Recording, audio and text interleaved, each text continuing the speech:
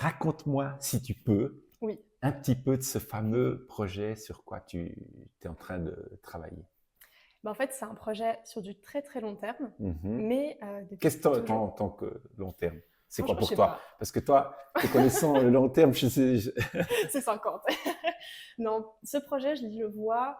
Je ne vais pas mettre la pression avec la notion de mes 30 ans, j'en ai 23, Mhm. mais ça me laisse quand même 7 ans. Et Ok. au début, je suis une grosse impatiente. C'est pour ça que j'ai fait énormément de choses C'est à pour la ça que je te fois. disais, le long terme, Ouais, c'est ouais, quoi c'est pour juste. toi? Bah, en fait, c'est quelque chose, je pense, où je me mets pas de limite en Mhm. temps parce que ça va se faire au fur et à mesure. Mais je pense, ouais, l'objectif entre 30 et 35. Ouais, Après, c'est pas parce que je me projette à 30 ou 35 ans ouais. là-dedans, c'est juste que ça me donne une Mhm. temporalité. Ouais. Et je devrais un peu me pencher sur la numérologie parce qu'en fait, on parlait d'intuition tout à l'heure, Mhm. j'ai beaucoup d'intuition par rapport aux chiffres. Par exemple, l'année de mes 24 ans, je savais qu'il allait se passer des trucs. L'année 2026 aussi. Bon, l'année 2026 et l'année de mes Mhm. 24 ans, donc je sais que c'était une méga année. Et d'ailleurs, c'est cette année-là que j'ai démissionné et que je serai 100% à mon compte dans une semaine. Voilà, c'est pas pour rien. Bravo. C'est peut-être aussi une sorte de manifestation, on peut les Mhm. appeler comme on veut, mais je savais qu'il allait se passer un truc à ce moment-là. Et je sais du coup qu'il y aura un truc pour mes 30 ans, et en l'an 2053, il y aura des trucs, tu vois. Donc en fait, je me laisse plutôt porter Ouais. par ça, Ok. et Excellent. le truc, c'est que j'ai pas besoin de date pour me mettre en action. Parce Mhm. qu'en fait, tout m'amène à ce projet, et du coup, Donc, je vais je y pourrais venir. dire que c'est une sorte de projet de vie. Mais ouais, en fait, c'est ça. Parce que, si tu veux, mon envie d'entreprendre, à la base, elle vient de la peur d'être dans le salariat. Dans la peur de demander congé à chaque fois que j'ai envie de faire des trucs. Mhm. Alors que j'ai plus de jours. Bah, comment ça, j'ai plus de jours? Je prends des congés si je veux, en Ouais. fait. Ouais. Et tout ça, je l'ai percuté, mais vraiment très, très, très tôt. Et j'ai mes deux parents, du coup, qui, maintenant, ma maman est entrepreneur 100% à son compte, mais elle avait des activités avant à côté. Mhm. Mon père aussi. Mais j'ai pas non plus grandi dans ce truc d'entrepreneuriat. Au contraire, j'ai plus vu mes parents s'arracher au travail. Ouais. Et quand, C'est ce qui t'a un peu ouais, ça m'a marqué aussi. marqué. En fait, je l'ai vu. Et puis aussi mes grands-mères avec des histoires très fortes. Bon, c'est aussi une autre époque, mais j'ai un peu baigné dans ce contexte. Et à l'adolescence, ben, j'ai vu qu'eux, gentiment, mettaient plus de place dans leur projet de cœur, etc. Et ça m'a assez inspirée. Mhm. Après, avec moi, il n'y avait jamais de mesure, hein. C'est tout ou rien. Du coup, je me suis donné 5 ans pour me mettre à mon compte, d'où 2026 et mes 24 ans, on y est. Et Mhm. pendant ces 5 ans, il y avait énormément d'anxiété, mais même, je dirais, à partir de mes 16 ans, je me suis dit, comment je vais faire pour passer ce cap? Ouais. Et en fait, qu'est-ce que je vais faire de ma vie? Parce que tu peux demander à mon entourage, quand tu demandes à Elisa qu'est-ce qu'elle voulait faire quand elle était enfant, il n'y a personne qui va donner la même réponse.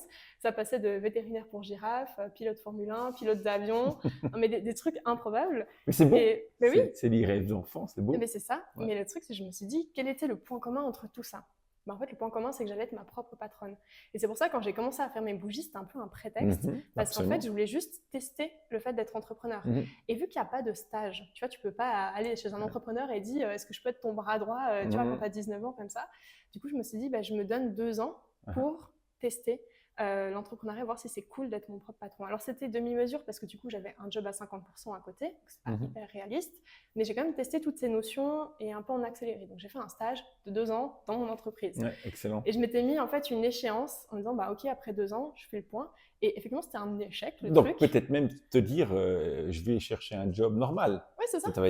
Cette hypothèse, elle était quand même toujours là. Oui, Ok. je l'avais en plus, ce Ouais, job ouais. normal qui était dans un Oui, domaine c'était qui à me 50%. passionne, Ouais. ouais, qui était donc dans l'aviation. Mhm. J'étais secrétaire d'un air club, Mhm. d'ailleurs un peu livrée à moi-même. Donc j'ai tout de suite eu ce truc de gérer un poste, un peu de l'intrapreneuriat, tu vois. Mhm. Et c'est quelque chose que j'ai régulièrement retrouvé dans mes postes involontairement. Et le dernier poste en question, ici, la Villa Perret, je suis la manager de cette magnifique demeure. En fait, toute l'équipe, ils sont à Genève. Et donc, je suis la seule sur place. Absolument. Et il y a une confiance incroyable. Mhm. Et en fait, avec toutes ces expériences, j'étais pleine d'anxiété à la base de me dire, mais comment, en fait, je vais goupiller tout ça? Je suis une touche à tout, mais experte dans rien. Ouais. Qu'est-ce qui est fait pour moi? Et mon entourage, mais tu changes chaque année de job. Après, sur le CV, tu dois justifier que tu n'es pas stable, etc. En fait, c'est juste des quêtes. Justifier Mais oui, tes passes. mais c'est ça. Oui. Je ne sais pas si ça te parle, hein. Non, mais oui, ça, je connais. Voilà. Et du coup, va justifier. En plus, j'ai fait un jour au chômage le soir même. Après, j'avais un job, donc ça c'est encore une autre histoire. Mais à chaque fois, je disais, mais pour moi, c'est des quêtes. C'est pas être stable ou pas, c'est je prends ce qu'il y a à prendre partout. Et en fait, quand on engage, on sait un petit peu ça.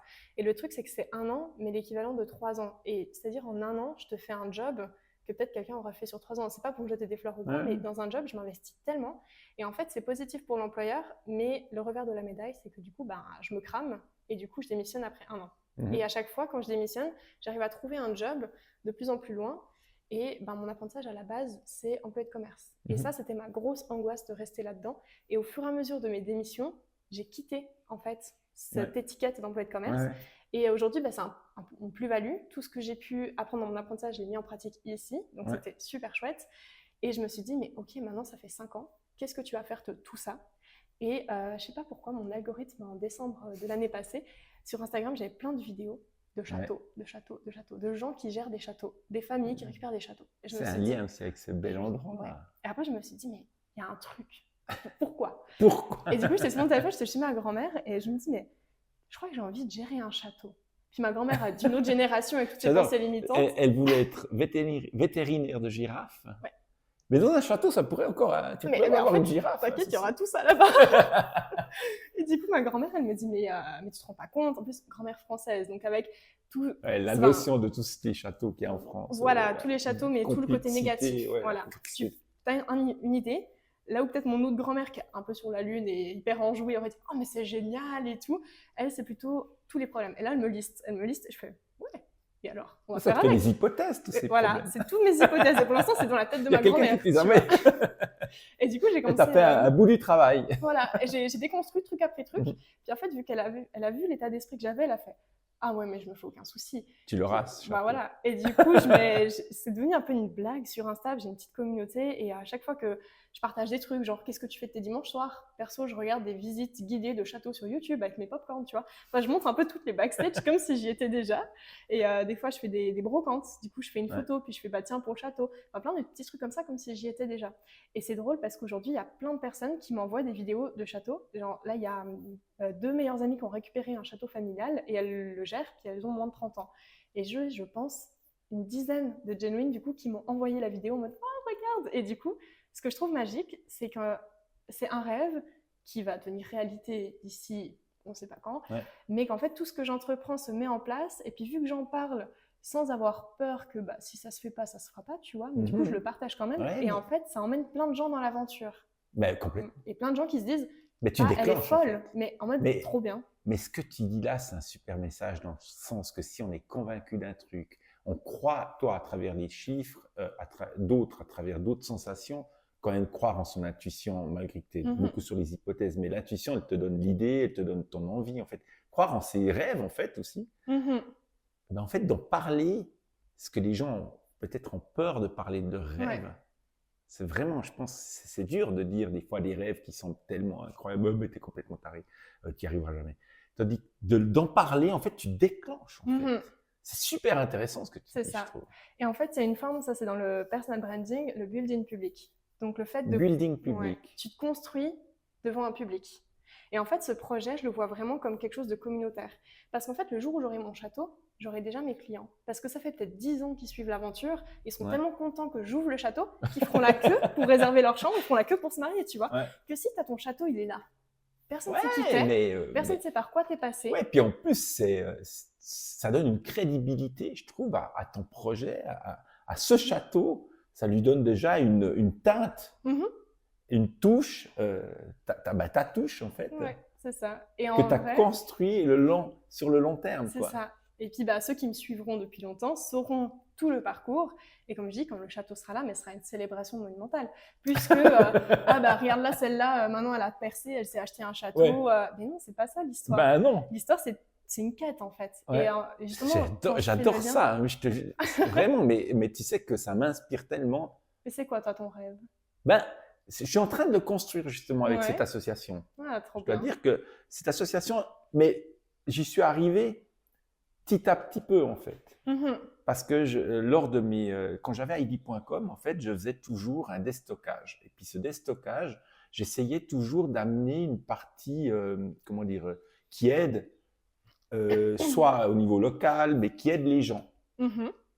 Et j'ai aussi remarqué, quand j'avais besoin de quelqu'un, je mettais une petite annonce sur Facebook, j'ai besoin de quelqu'un qui m'apporte un colis à Sion. Et je trouvais toujours du monde. Et je me suis rendu compte de cet univers de personnes qui ont envie d'aider, qui sont peut-être dans des phases de vie, tout ça, mais sans le savoir. Tu vois. Mhm. Et après, au fil du temps, après j'ai un peu laissé de côté ça, mais j'ai toujours eu cette idée d'essayer de profiter des gens, de leurs forces et Mhm. de leurs envies. Ouais. Parce que quelqu'un qui vient t'aider à prendre un colis, c'est une envie aussi, tu vois. Mhm. De prendre part au Voilà, projet d'une certaine et façon. c'est ce qui m'a donné cette source de faire le souper de boîte des chômeurs, par exemple, tu Ouais. vois, etc., etc. Et puis maintenant, je construis, mais toujours avec cette idée qui était venue de très loin, en fait. Mhm. On croit que ça vient, mais comme tu dis, moi je ne l'avais pas formulé, et je ne Ouais. l'ai pas encore formulé, tu vois. Je vais le trouver. Hein.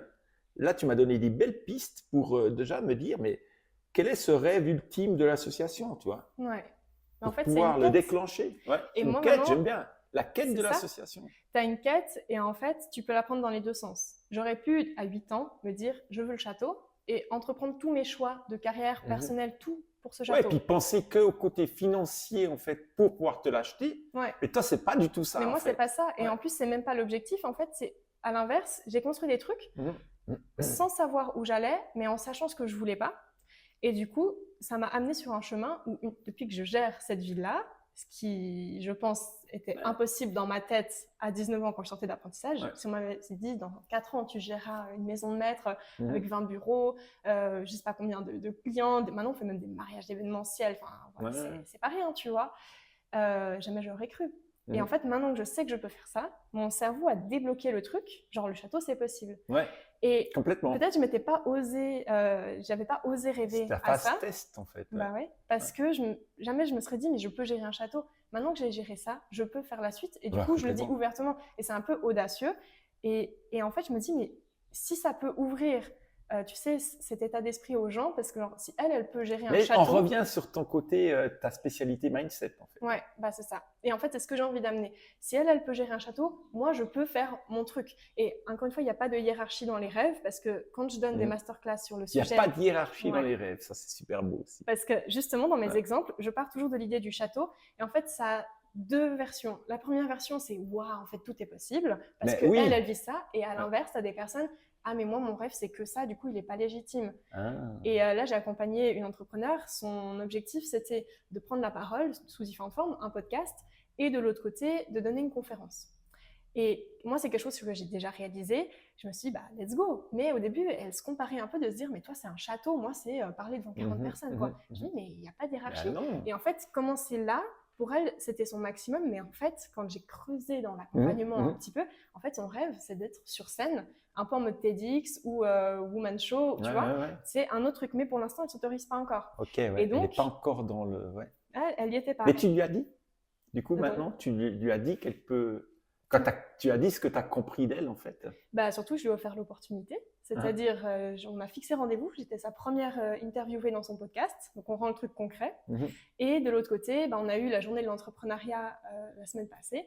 Du coup, j'ai dit, tu seras intervenante. Elle était 45, elle a réalisé son rêve. Et maintenant que c'est fait, je compte bien la suivre de près pour l'étape d'après, sans pression. Hein. Mais c'est tellement bien. D'offrir l'opportunité. Et si on est trop dans notre tête, on revient avec les hypothèses. Ah, mais c'est pas possible, 40 personnes. Où est-ce que je vais les trouver? Personne ne va intéresser mon sujet. Mais en fait, il faut profiter. J'y reviens. Moi, c'est tous mes sujets de prédilection. Mais le réseau, si tu n'as pas les ressources que je viens de citer juste avant, en fait, va chercher la personne qui. Et en général, je suis la personne qui. Donc, on vient chercher des choses chez moi. Si j'estime que ça peut matcher, que j'ai des ressources, etc., moi, je t'ouvre, je parlais de boîte à outils, je t'ouvre ma boîte à outils avec grand plaisir. Et c'est comme ça que, du coup, je vais faire l'opportunité de pitcher. Et puis, maintenant que c'est débloqué, du coup, elle le célèbre, elle prend conscience qu'elle en est capable. Et du coup, 45 personnes, c'est fait. Donc, maintenant, on peut faire x2, x2, tu vois. En fait, c'est un process. Et c'est pas donné à tout le monde de directement viser le château. Des fois, il faut un peu petit. Moi, l'étape, c'était cette maison de maître, tu vois. Mais du coup, maintenant, le gap, c'est bon. Puis, j'ai fait mes recherches, parce que ça aussi, si on revient dans les hypothèses, j'ai investi dans un tableau blanc. Bon, tu trouves de seconde main, pas cher du tout. Un tableau de 2 mètres par 1 mètre. Et là, j'ai tout listé. Tous les trucs de ma grand-mère. Donc, les monuments historiques, il faut faire gaffe à tout ça. Ensuite, tu vois, j'ai tout listé. Il va falloir qu'on… bien sûr, mais ça, je le savais. Qu'elle me le dise, ça m'a juste donné la motivation d'y aller. Tu vois, ça aussi, quand les gens te critiquent. Est-ce que tu te confortes et tu restes dans leur mood, ou est-ce qu'au contraire, ça te donne la niaque pour leur prouver le contraire. Alors attention, prouver, ça peut être un peu négatif parce que finalement, tu sais plus si tu le fais pour toi ou pour prouver aux autres. Mais ça peut être un moteur au début, mais tu dois avoir une raison davantage importante pour tenir sur le long terme. Mais du coup, j'ai listé tous les trucs, en premier ceux de ma grand-mère, parce que c'était encore frais dans ma tête, et tout le reste lié au château. Et je me suis dit, bon, maintenant mon hypothèse, c'est que je vais kiffer gérer un château. Mais est-ce que c'est vrai, tu vois? Et j'ai commencé à lister mes doutes. Et rien que les mettre par écrit, en plus sur un tableau géant. Bon, heureusement, j'ai un bureau, parce que sinon, mon copain n'aurait pas été d'accord d'avoir ça dans le salon. Mais du coup, j'ai tout listé et waouh, c'était énorme, mais c'était là. C'était pas là, tu vois, c'était là. Donc, déjà, et puis le fait de visualiser, c'est pas mal. Hein. Et du coup, à partir de là, j'ai fait des flèches et j'ai dit toutes les actions. Et en fait, j'ai commencé à mettre un ordre. Et dans l'ordre, je me suis dit, OK, première chose avant de faire quoi que ce soit, on revient sur l'exemple des bougies, avant d'investir du temps et de l'argent, des machines, tout ce que tu veux, on va déjà aller vérifier la première hypothèse qui est, c'est fait pour moi. Et du coup, là, je suis en train de regarder plein d'annonces. Tu vois, c'est déjà l'étape d'après. Normalement, j'attendrai 3 ans pour aller regarder des annonces. Mais là, je regarde déjà des annonces et j'ai identifié 2 agences spécialisées dans le domaine des châteaux en France.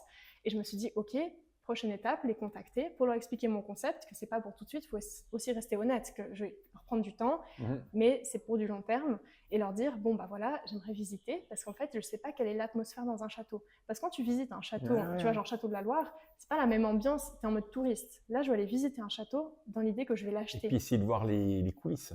Voir les coulisses, me rendre compte, peut-être avoir un peu le coup de stress de ma grand-mère, de me dire, ah oui, effectivement, tu sais, c'est une grande bâtisse, donc d'être là-dedans et me confronter, en fait, à mon souhait.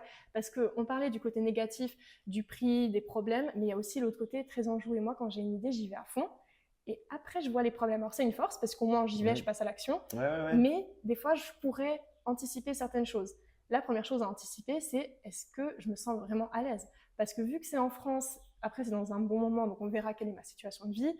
Mais ça se passe très bien avec mon conjoint. Tu vois, 5 ans qu'on est ensemble. D'ailleurs, il est passé par tout ça. Tu vois, la notion des 5 ans, on est encore ensemble, c'est que voilà. Je lui ai bien ouvert son mindset d'ailleurs.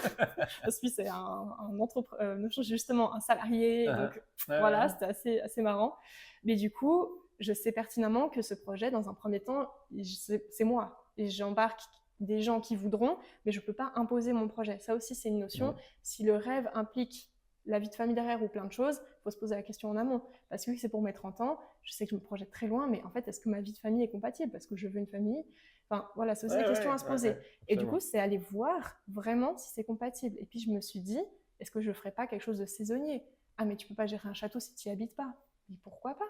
En fait, c'est d'aller se confronter à tous ces trucs en lien avec son quotidien, avec son futur. Et puis, bah, là, c'est de me dire, en fait, est-ce que si je passe seule une nuit dans un château, ça va bien se passer? Et du coup, j'ai mon conjoint qui est loin un tiers de l'année, il est militaire, tu vois. Et du coup, quand il est loin, franchement, je suis pas très sereine. Première semaine qu'on a déménagé, un château, oui, c'est ça. Là, on a une belle maison, c'était la maison dans laquelle il a grandi. Première fois, on emménage et il part, je crois, 3 semaines. Donc, j'ai une magnifique maison, 3 étages que pour moi, et il est pas là. Donc, c'était un peu mon bébé château, le truc. Hein. Et j'ai trop mal vécu. Je crois que j'ai même demandé à ma mère de venir dormir une nuit à la maison. Peur un peu, oui. Et pourtant, c'était qu'une maison. Et je me suis dit, imagine un château. Qu'est-ce que ça fait de dormir dans un château qui n'est pas le tien? Il n'y a pas tes affaires, il n'y a pas mon chat, il n'y a pas mon mec. Et on est en France. En plus, moi, j'ai grandi, donc j'ai passé toutes mes vacances d'été chez ma grand-mère. Flippée de la vie avec les cambrioleurs, en plus isolée à la campagne. Enfin, je suis un peu, flippée par rapport à ça. Qu'est-ce qui va se passer? Et là, je me suis dit, bon, tu voulais un chien. Alors, ce sera la prochaine étape. D'avoir un chien dans le château, mais est-ce que c'est suffisant? Bon, tu vois, c'est toutes ces choses. Là, je suis tellement loin, et tu as des personnes qui vont dire, ah, mais tu te projettes trop. Mais non, c'est des questions à se poser, en fait. Tu vois?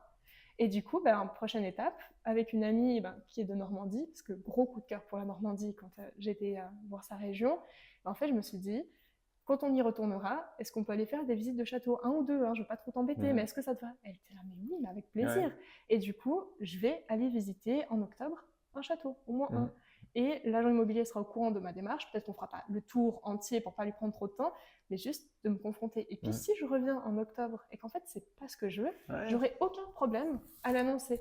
Parce qu'en fait, c'est un processus, je teste. Et finalement, ce château, s'il se réalise ou pas, c'est tout un message et tout un mouvement, tu vois, qui est derrière. Mais complètement. Puis moi, je pense que le château, c'est, comme tu dis, une image, mais ça pourrait peut-être être quelque chose de complètement différent. Mais ça sera peut-être une longerette, ça sera peut-être finalement en Suisse ou en Espagne. Peut-être un bateau, on n'en sait rien. C'est ça, mais ça reste dans l'image, je trouve génial, parce que ça reste justement ce côté waouh.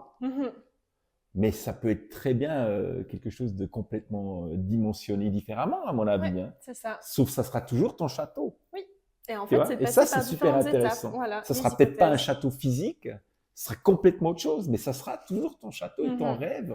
en fait, de début, en fait. C'est ça. Et C'est moi, ce qui me fait du bien, c'est d'avoir une espèce de quête. Donc, j'étais en quête depuis le Mhm. départ. Mais maintenant que j'ai un peu la destination, entre guillemets, finale, elle sera jamais finale parce qu'à partir de là, Mhm. il y aura encore autre chose. Bah, Après, bien il y aura sûr. une chaîne de châteaux ou j'en sais rien, tu vois. Mais du coup, c'est de me dire, OK, ma quête a un sens. Et en fait, c'est fou. Mais maintenant, le matin, quand je me lève, bah, en fait, traiter mes mails, ça devient facile parce que c'est genre 1% de la suite. Et du coup, je dis toujours 1% par jour. En fait, c'est exactement ça. Juste faire ce petit truc, ça me rapproche du Ouais, reste. ouais, c'est trop bien. Et puis, vraiment, moi, j'aime beaucoup cette idée de quête. Et cette quête, on verra où c'est qu'elle t'amène, mais tu sais qu'à Mhm. ce moment-là, tu pourras dire, bon, ben voilà, c'était quoi mon château, en fait? C'est ça. Mhm. Incroyable. C'est vraiment un château, ou c'est vraiment un château dans mon cœur, parce que je suis bien, tu vois. Ouais, Ça, c'est ça. c'est génial. Et surtout, c'est finalement un prétexte pour tout le parcours qu'il y a Bah derrière. oui.